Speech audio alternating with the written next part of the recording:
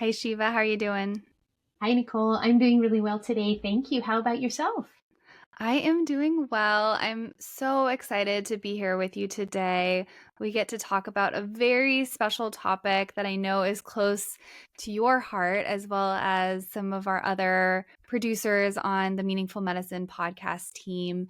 We're going to be talking about poetry in medicine today. Yeah, Nicole, I'm really thrilled about this. It's so dear to my heart. I think I'm thrilled about our guest, who we'll introduce in a moment, who's a dear friend of ours, both of us. And I'm also just thrilled that we've decided to dedicate this episode to just talking about how poetry matters in the realm of health and healthcare and illness and coping, and just in medicine for us as physicians, and students in medicine as well. So I'm just really excited that we get to dedicate this episode to that topic of poetry. Nicole, you have some poetry in your blood, don't you? I wouldn't say yes. Maybe it skipped me, but yeah, my grandfather did a lot of poetry growing up, and so definitely something near and dear to my heart and my family's heart as well. And Yeah. the power of written and spoken word, I think storytelling and being able to showcase really how you're feeling different experiences through this medium is just, it's so important and so powerful. And I know we've sprinkled in some wonderful poetry, some wonderful quotes that are just powerful in previous episodes, so it's exciting to really focus and be able to talk about the importance of poetry in medicine today. Yeah, absolutely, Nicole. And I just want to welcome all of our listeners today to this very special episode of Meaningful Medicine, where we are going to delve into the unique journey of using poetry as physician educators and in teaching medical students on their journey, and residents as well. So we're here with my very old and very dear friend and colleague, Dr. David Elkin, who is a UCSF professor of psychiatry. He has been the director of the Psychiatry Consultation Liaison Service at San Francisco General Hospital. I'm just going to say for several decades, because I don't want to have anyone count his age. He's ageless, but he's extremely experienced and wise. And he's really a friend to patients and residents and students. He's beloved by all, including us, right, Nicole? And so Dr. Elkin has a lot of experience in this area of using poetry and literature and basically the medical humanities in teaching students and residents. And he's just won so many teaching awards, and he's just really so masterful in this area. And I'm excited for us to get to talk to him today. It's such a pleasure to know him, and to know that he's out there teaching so well and modeling for students and residents how to be a quintessential physician, in particular in psychiatry. I know so many students who thought, I don't know what I want to be, but then after they spend some time with Dr. Elkin, they're like, I think I want to be just like him. I might end up being a psychiatrist. So it is a testament to what a wonderful teacher and human being he is, and friend to all.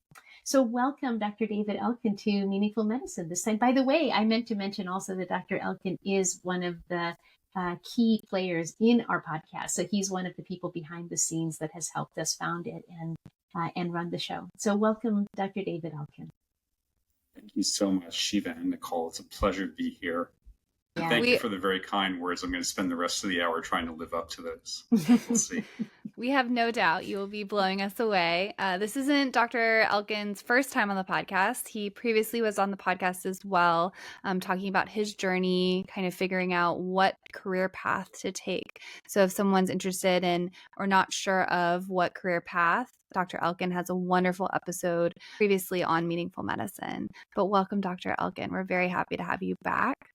And we like to start out each episode by asking our wonderful guests to, in short, share a meaningful moment from early on in your training that was particularly formative or defining experience. I'm going to try and condense this into a very short episode, but I've been thinking about this one a number of times recently.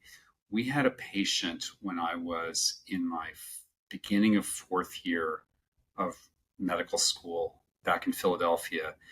And this woman came into the ICU once every month, almost like clockwork, but we didn't really concentrate on that. We concentrated on the fact that she had congestive heart failure.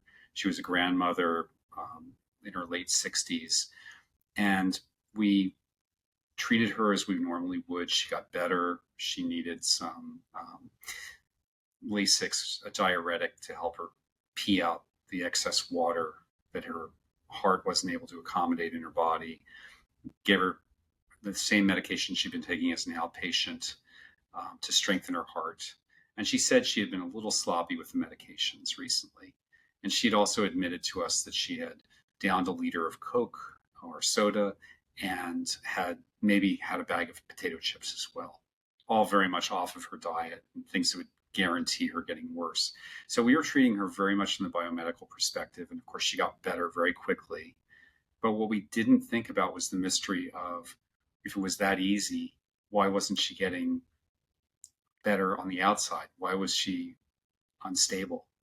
And we also didn't ask why every month. So it was the social worker who cracked that case. And the social worker took a look through all the old records because she was curious. And what she found was that this patient had been relocated after the death of her husband to be closer to her family. And she got lonely. I mean, the family showed up in the ICU and they were very concerned, oh, grandma will be here all the time. Mom, we're going to be here for you. And apparently they would be for a week or two. And then she would go back into this kind of lonely existence where she was 10 miles away and she didn't have the support that she usually had in the place where she had moved from, lived most of her life.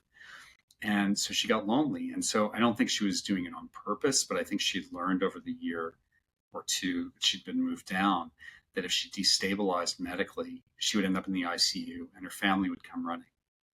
So I think that really taught me about the power of looking beyond just the biomedical, thinking more about the psychological and the social, or the family dynamics. And it also taught me the power of story and narrative, right? Because we had a very simple narrative going, which is, oh, this person hasn't been taking their medications. That's why they're unstable. They're off their diet. The broader story, though, was one of loneliness and of trying to re-engage with family.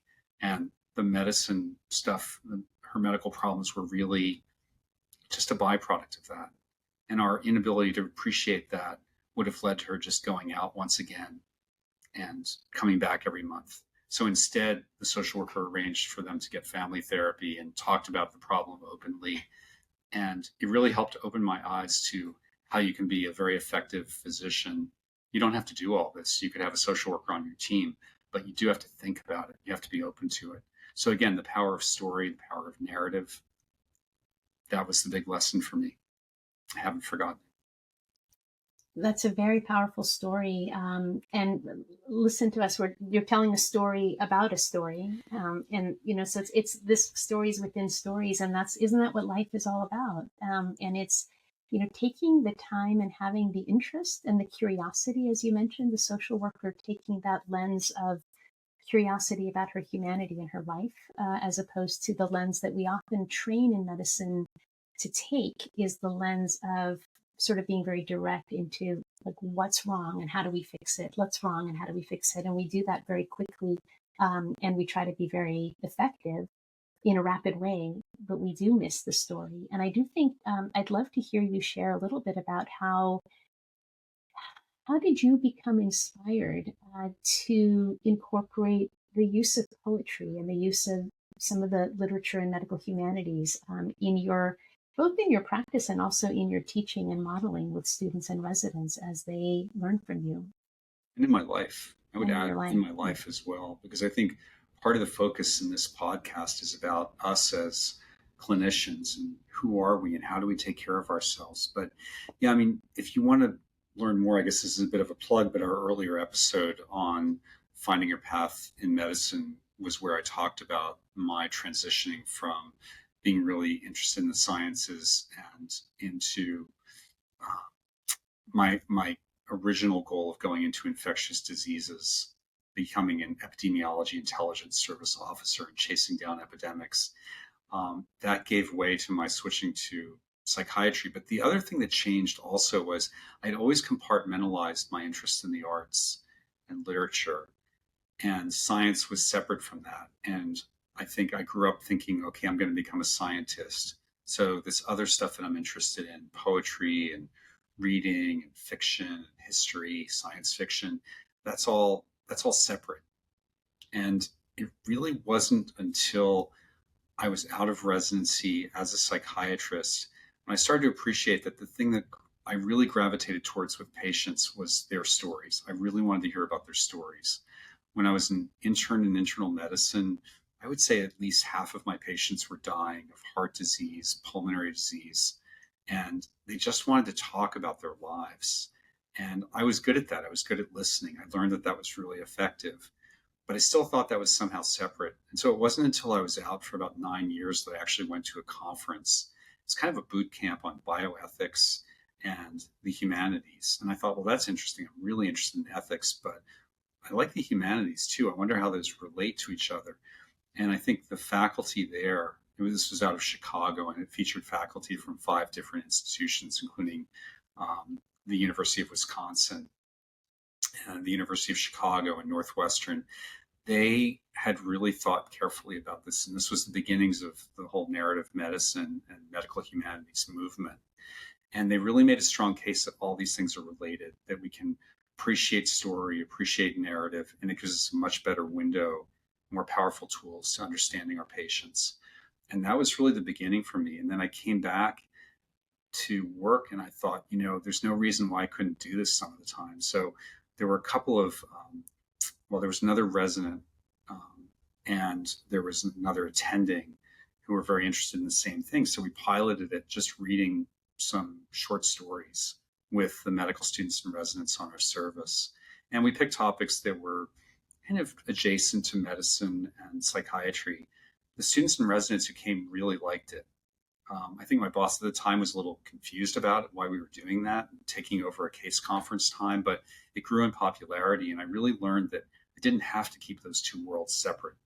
Poetry, medicine, they can all coexist at the same time.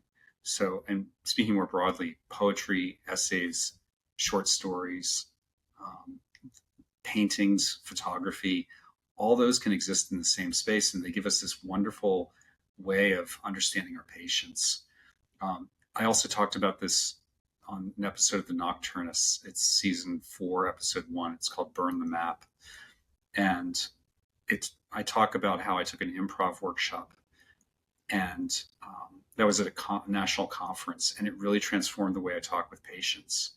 So what I came to learn was that the arts just are so powerful in understanding our patients, and some of the poetry that's at our disposal really helps us understand ourselves, our patients, helps us connect. Sometimes we even prescribe poetry to our patients, but that's a whole other story that we might get into. As you can tell, I'm very excited about this topic. Yes, and we all are, and we love your excitement about it.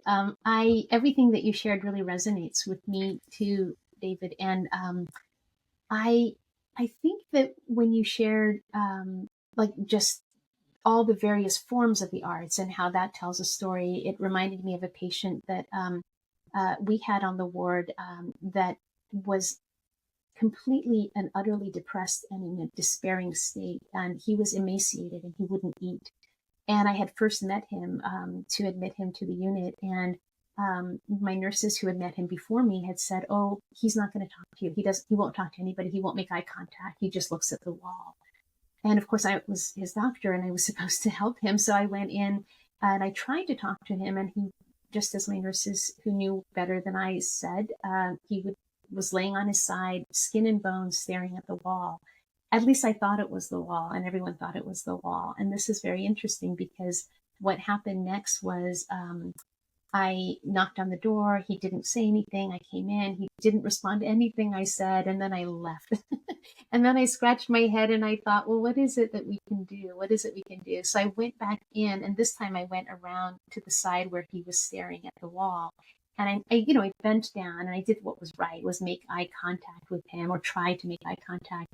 And when he wouldn't talk to me or even look at me, he was only looking this way. I looked over and there was a very small photo from his wallet that was a picture of his dog who had passed away a few months ago. And he wasn't looking at the wall. He was lying on his side staring. And the story is, the following day, I brought in my dog. You guys all know Shamsi, the therapy dog. I brought him in and I had him meet the dog, and the patient came to life and the dog came to life, and they were petting one another and playing on the bed. And this man became new because I understood that that was his dog and that he had a relationship. And he actually then started telling me about his dog. So the photograph of his dog, as speaking of art, or, not only a poem or a written word, but a photo can tell so much about what somebody's focused on. And then he told me a story about how he sank into a very deep despair and really a depressive state, and he stopped eating and stopped caring after his dog, who was his best friend, passed away. The story ends better at the end of it all. We made connections with him and the therapy dog, and then we eventually, after some weeks of rehab, got him eating and drinking, and we drove him to the SPCA, and he adopted a dog. So it was really quite a beautiful story at the end of it all. But all because he didn't have the ability to tell me his story. But if you have the ability to pay attention to what someone's paying attention to, then that might help. It's a little bit of a side story to add to what you were sharing, David. I wanted to just mention, just as we're dialoguing about how poetry has come into our lives, Nicole, you were saying that your grandfather was a poet. And my great grandfather in the 8th century was a poet named Omar Khayyam. I don't know if you've heard of him before, but he was very well known in the United States because he was sort of required reading in the 50s and 60s for many students. So his poetry, which is translated from Persian, is quite famous for a line that says, "A loaf of bread, a jug of wine, and thou." So any of our listeners, if you've ever heard that, that is somehow in my blood, I hope. And so I started to read poetry in medical school because I was in a despairing state. I was having a really hard time being a medical student, especially in 3rd year. And I really, really had a very hard time with the emotional and sensitive heart that I carry inside of me, coping with how much illness and pain and suffering I was face to face with. And I had a really difficult time separating myself from the experiences of my patients and their suffering. And I was really looking for a way to cope and to find strength and meaning. And I would just wander into bookstores after classes and after shifts in the hospital. And I was always drawn to the self-help section. Many self-help books quote poets and so on. And I was always drawn to the poetry section. And I would just sit for hours and take notes on things that I read. And I started to realize that there's some deep wisdom in the poetry, especially in some of the ancient poets of 14th and 13th century Iran, which is where I'm from. Rumi and Hafez were some of the poets that I just really felt connected to, translated to English by Coleman Barks and Daniel Ladinsky, respectively. And then also some contemporary poets like Mary Oliver really speaks to my heart, and some others who speak a lot about the wisdom that nature tells us. So I found a lot of really deep strengthening to me as I would read poems, and I would often memorize them and recite to myself.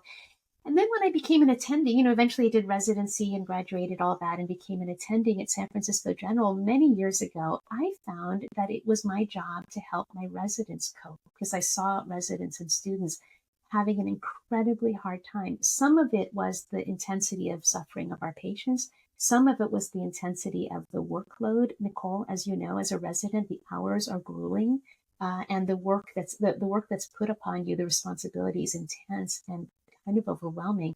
And so I found it my job not only to come in and round with the residents and students on the wards when I was attending, but really to kind of lift them up from what looked like a sinking state of on the sea, and they felt like they were sinking. So I would sort of intuitively bring a poem of the day in my pocket, and I would ask us before rounds if we could just take a moment, and while everybody's trying to have a little coffee and breakfast, can I read you a poem? And then I would ask, if people wanted to close their eyes and just have a poem read to them and take it in.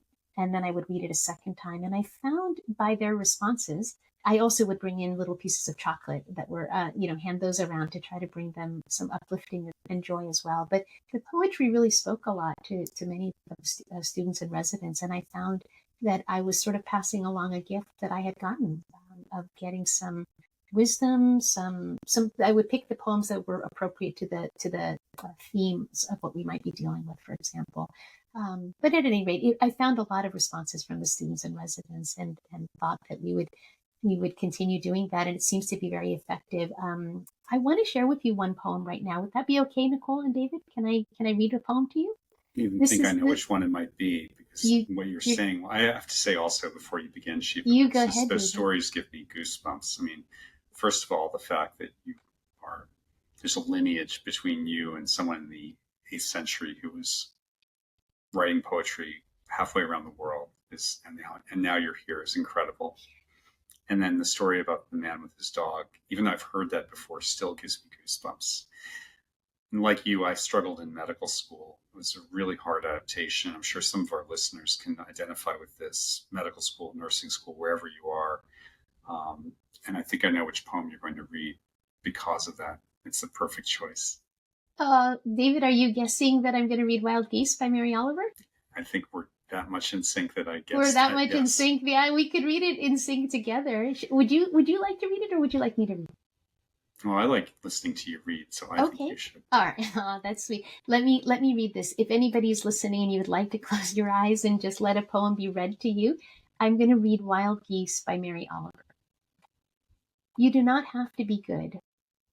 You do not have to walk on your knees for 100 miles through the desert repenting. You only have to let the soft animal of your body love what it loves.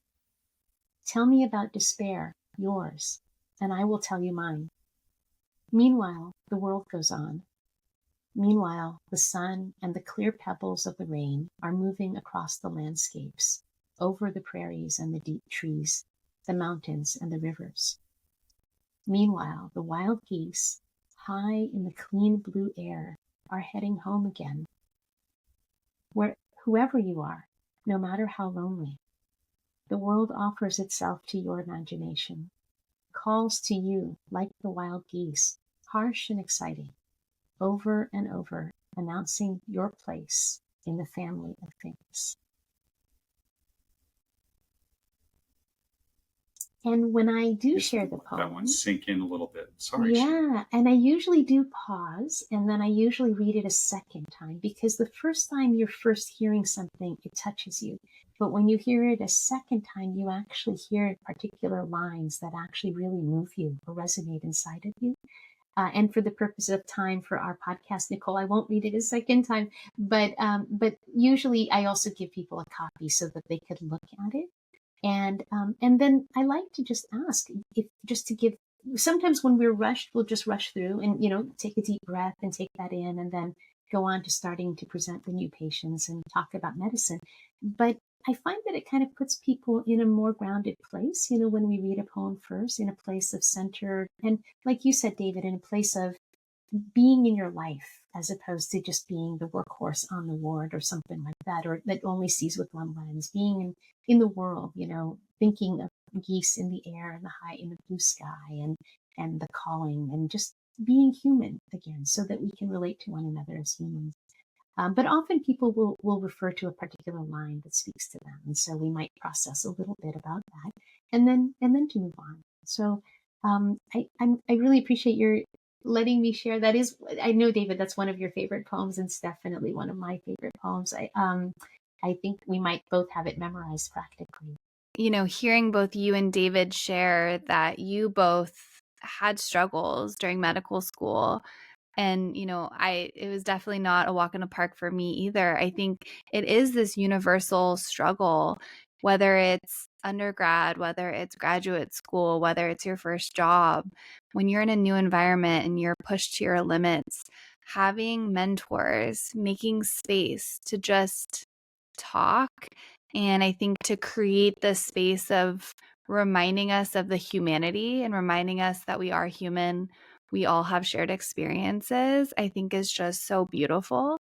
And I can only imagine, every day in emergency medicine, we start with a teaching point before we sign out. And what a great way to start the day if I bring out some poetry. So I definitely am inspired. I think this is a beautiful start to the day. Thank There's you so for many that. different poems out there, some of them really short. I think that's also what's really impressed me about what you do, Shiva, which is you were leading rounds. I know that you were very sensitive to everyone having to rush around. People were in the middle of very long days in the family medicine residency program here, and yet you found even 5 minutes to read a poem and just have people slow down. I mean, even when we were listening, it's been a long day for me, and I could feel my pulse slowing down. I could feel my body relaxing. I could feel myself deepening into something in a really nice way. Right? How often do we run around and we're just starting to lose the thread of everything that we're doing? And these poems can take us back, and they don't have to take us very long to do them, to cover them, to read them together, to reflect on them, to just be quiet together. Um, it's such a beautiful and powerful thing to do. Oh, thank you. Thank you both. Thanks for reflecting on that with me. Yeah, I do. I'm so grateful for what you shared. And um, one of the things I would love to share with you also is that I have some favorites, over the years that I sort of often turn to, and I know that kind of happens, right, for us. But I also don't always have a poem, so I do sometimes. I like poetryfoundation.org. Again, for anybody who's listening, I find that, I mean, there are other websites as well that are sort of resources that have collections of poetry.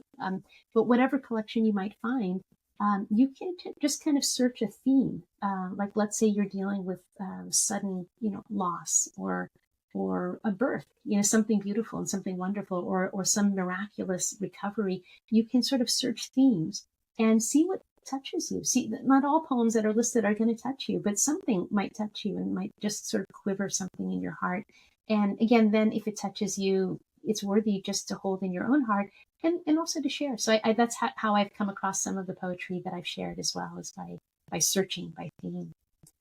David, I'm curious, from your perspective and your experience, you've been using poetry and teaching with it, and the humanities over the years. What's a big lesson that you think you could share that you've learned about the impact of using literature, poetry, in teaching students and residents? Can you share that with us? Any objection inefficiency, spending a little bit of time on the humanities, I think can be easily disproven, because these exercises don't have to be long. They could be 5 or 10 minutes long. They could be an hour long if you want to, but they can be very brief, and they're very powerful. And I think they invite us into a space of reflection, something that we don't have often enough. They help us to build good habits, right? To give ourselves the time during the day to do exactly this. This is just so incredibly important, and yet we lose that somehow when we're in the middle of our busy days. The poems also, and the poets speak to universal experiences, sadness, loss, and positive emotions as well. And I think also there's something about medicine, ideally to me, that should be very much about the human experience. And a lot of times we lose that as well. There's so many biological facts to remember about medicine, right? The anatomy, the physiology, the pharmacology. But all of that, stripped of its relation to human nature, I would argue is not, and many others would argue, is really less powerful and loses a lot of the meaning along the way. Poetry and essays, short stories, all have the capacity to help us bring that back. It helps to remind us that we're individuals. We're not just cogs in a machine. It helps us to remember that our patients are all undergoing their own journeys, many of them very difficult, filled with loss and sadness and challenges, and we can help them as well. Even the beginning of our orientation slide deck that I put together in psychiatry has a little slide from Mary Oliver, and it shows her with her dog on the couch. And the lines from the poem are from the poem Instructions for Living a Life, which I know you know, Shiva, as well. Say, pay attention, be astonished, tell about it. Right? Just those 3 steps. And so I'll tell the medical students that's what you should be doing as you adjust to this rotation as you go through each day. And the lesson, hopefully, you'll take beyond this rotation through the rest of your life, right? Pay attention, be astonished, tell about it, right? Those three things. Paying attention is so important. Creating the space within yourself to really appreciate what's going on. And then the third step, which of course is so important, to tell about it, to connect with others and connect with ourselves, I would argue as well. Those are such important steps. And can it be that simple? I think we might say that it is. It can be that simple. And maybe that's giving something back to medicine that's missing. I love that. And also, it can be that simple. That's one of the beautiful things about poetry in particular, is that large concepts are brought down and simplified, are distilled into just a few words. You could pay attention, instructions for living a life, pay attention, be astonished, tell about it. That's a poem, and that's enough. Like, that could be a whole manual for it could be a 2,000-page book, but it also could be just a single poem. And I think I love that about poetry very much. There's something really beautiful about how you share that with your students and residents and sort of give them that as an instruction on being here. I don't think that's how they've been told to be ready to prepare for, rounds of psychiatry, but you're, as Nicole said, bringing the humanity to it and reminding them we are all human in this together. There's also another beautiful poem, David, I was wondering you might share with us, that I know is especially meaningful to you, and you do often share it as well with your students and residents, that talks about the intricate dance between sorrow and kindness. Would you be willing to share that with us? I would love to. I just pulled it up just before you mentioned it because I think we're so in sync, Shieva. We share a birthday. That's what this is about. I was going to say we should tell our listeners that we share a birthday. All right, so let me read this. This is by one of, Sheiva's favorite poets, Palestinian-American poet named Naomi Shihab Nye. And this poem is called Kindness. Thank you, David. Naomi Shihab Nye's poem called Kindness is one of my favorites, and I know one of your favorites. And maybe we'll do, as we often do in a room with students or residents, is we'll take turns reading a few lines. Is that okay? So you and I and Nicole will do it. And I'll begin. Kindness by Naomi Shihab Nye. Before you know what kindness really is, you must lose things. Feel the future dissolve in a moment, like salt in a weakened broth. What you held in your hand, what you counted and carefully saved, all this must go, so you know how desolate the landscape can be between the regions of kindness. How you ride and ride, thinking the bus will never stop. The passengers eating maize and chicken will stare out the window forever. Before you learn the tender gravity of kindness, you must travel where the Indian in a white poncho lies dead by the side of the road. You must see how this could be you, how he too was someone who journeyed through the night with plans and the simple breath that kept him alive. Before you know kindness as the deepest thing inside, you must know sorrow as the other deepest thing. You must wake up with sorrow. You must speak to it till your voice catches the thread of all sorrows, and you see the size of the cloth. Then it is only kindness that makes sense anymore. Only kindness that ties your shoes and sends you out into the day to gaze at bread. Only kindness that raises its head from the crowd of the world to say, "It is I you have been looking for," and then goes with you everywhere, like a shadow or a friend. But that was perfect, Nicole. Thank you so much. Thank you, David and Nicole, for reading that together. There's something very beautiful about reading a poem together, like sharing it and hearing each other's voices, I think, as we read it, that we did that. I love this poem too, because I think it takes students and residents and all of us into the space where we have to think about our empathy and what it means. For the listeners, I guess, too, if you look up the history of this poem, it's based on an actual incident, something that really did happen to Naomi Shihab Nye when she was traveling in Central America, and there really was a death, and it was very jarring for her, and I think she was just trying to make sense of it. isn't that true for all of us? I mean, we're in these hospitals or these clinics and things happen. We deal so much with people who are having so many difficulties, and we rely so much on our sense of empathy and our ability to get into the mindset of our patients to try to really understand them. But maybe this poem is an invitation to think more about where that comes from, what allows us to be with patients in that way, and the importance of kindness and empathy. Absolutely. And I just think it takes really taking it in, reading it a second time, and really kind of looking at which lines speak to you.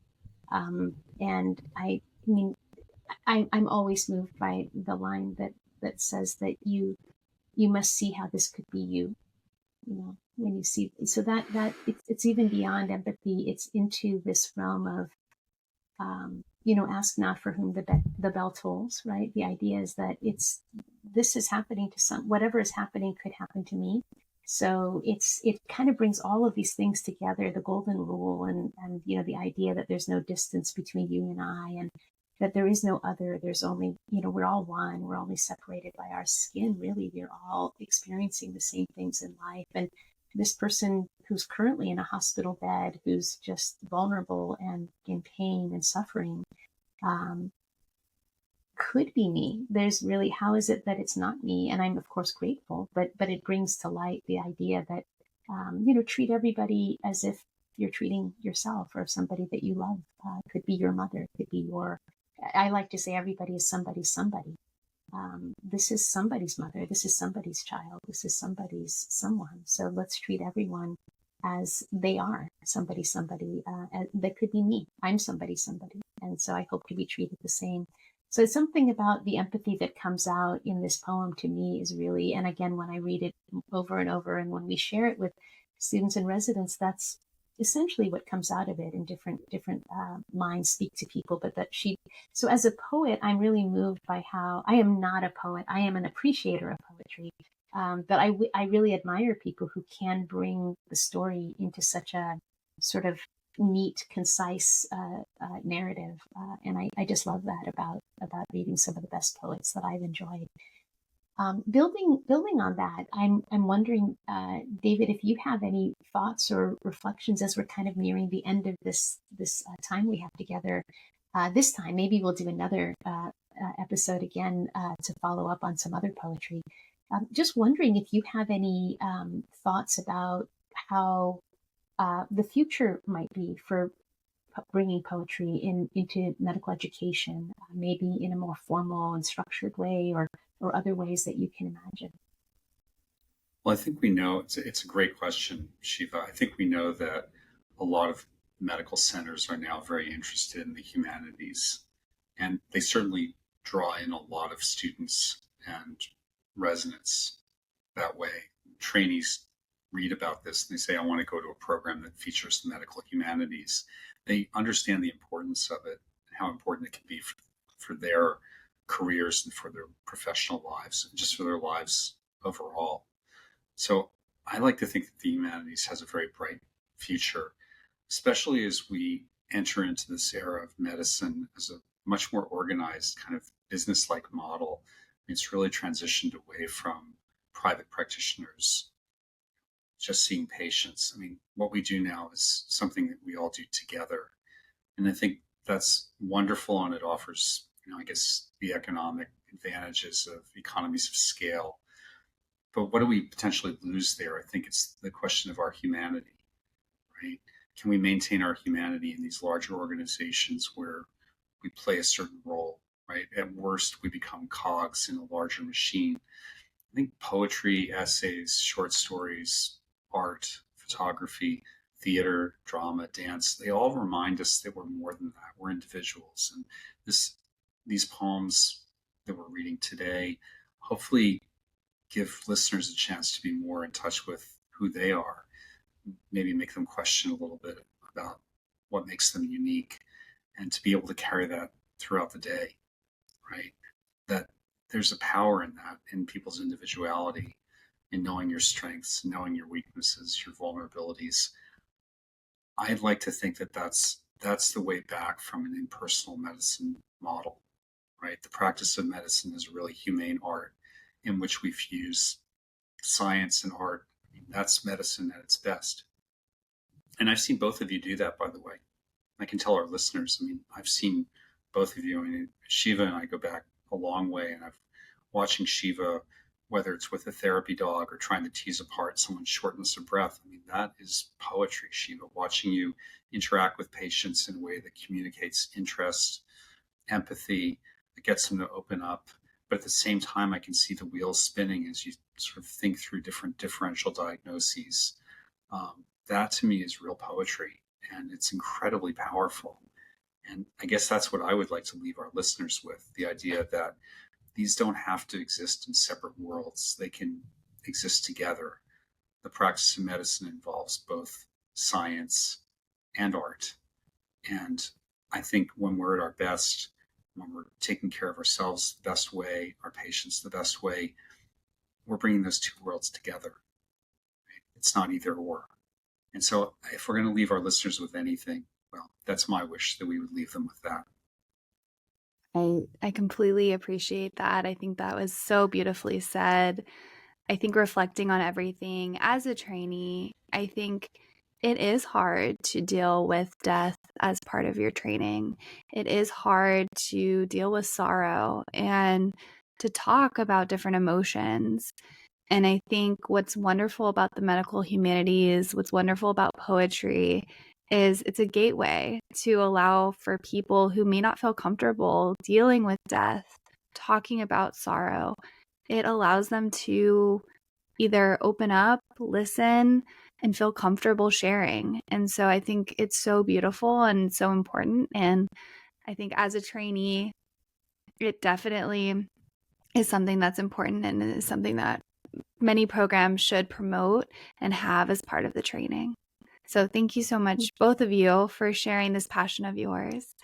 And as we wrap up the podcast today, I just want to ask Dr. Elkin, any advice for fellow educators who want to embark on this poetic journey and maybe promote the medical humanities as part of their practice and training? Well, there's so many resources that are available now. If you Google medical humanities, you'll find so many resources out there. I've tried to assemble a number of them also.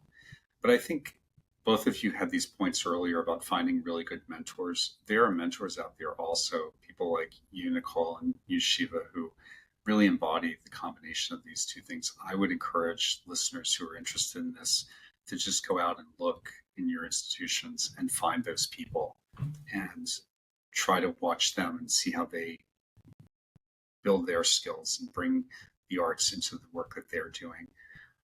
And then you can read about it. You can listen to podcasts like this one. I think this podcast is invaluable at getting the word out.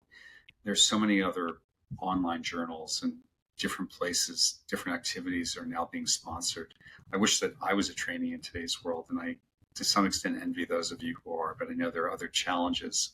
But I also want to thank you both for allowing time and space for us to all be here together. This has been really meaningful and wonderful, and much the spirit of meaningful medicine. So thank you. Thank you so much, David, Elkin, and Nicole. And I would love to close. Nicole, is it okay if I close with a poem? Yeah. I'm going to end with a favorite also by Rumi, who was a 13th century Persian Sufi poet. And it's called The Guest House. It's translated to English by Coleman Barks. And I'll read it through. It speaks to a lot of what we are sharing. The Guest House. This being human is a guest house. Every morning, a new arrival. A joy, a depression, a meanness, some momentary awareness comes as an unexpected visitor. Welcome and entertain them all, even if they're a crowd of sorrows who violently sweep your house empty of its furniture. Still, treat each guest honorably. He may be clearing you out for some new delight. The dark thought, the shame, the malice, meet them at the door, laughing, and invite them in. Be grateful for whoever comes, because each has been sent as a guide from beyond. I'm going to also read you. I'm going to share with you Still I Rise by Maya Angelou. Still I Rise. This is a more upbeat one, yeah? You may write me down in history with your bitter, twisted lies. You may You may write me down in history with your bitter, twisted lies. You may trod me in the very dirt, but still, like dust, I'll rise. Does my sassiness upset you? Why are you beset with gloom? 'Cause I walk like I've got oil wells pumping in my living room? Just like moons and like suns, with the certainty of tides, just like hopes springing high, still I'll rise. Did you want to see me broken, bowed head and lowered eyes, shoulders falling down like teardrops, weakened by my soulful cries? Does my haughtiness offend you? Don't you take it awful hard, 'cause I laugh like I've got gold mines digging in my own backyard. You may shoot me with your words, you may cut me with your eyes, you may kill me with your hatefulness, but still, like air, I'll rise. Does my sexiness upset you? Does it come as a surprise that I dance like I've got diamonds at the meeting of my thighs? Out of the huts of history's shame, I rise. Up from a past that's rooted in pain, I rise. I'm a black ocean, leaping and wide, welling and swelling, I bear in the tide. Leaving behind nights of terror and fear, I rise. Into a daybreak that's wondrously clear, I rise. Bringing the gifts that my ancestors gave. I am the dream and the hope of the slave. I rise, I rise, I rise. So beautiful. Thank you so much, Shieva. Thank you so much, Dr. Elkin. We really appreciate you being on the podcast today. Thank you, Nicole. Thank you, Dr. Elkin.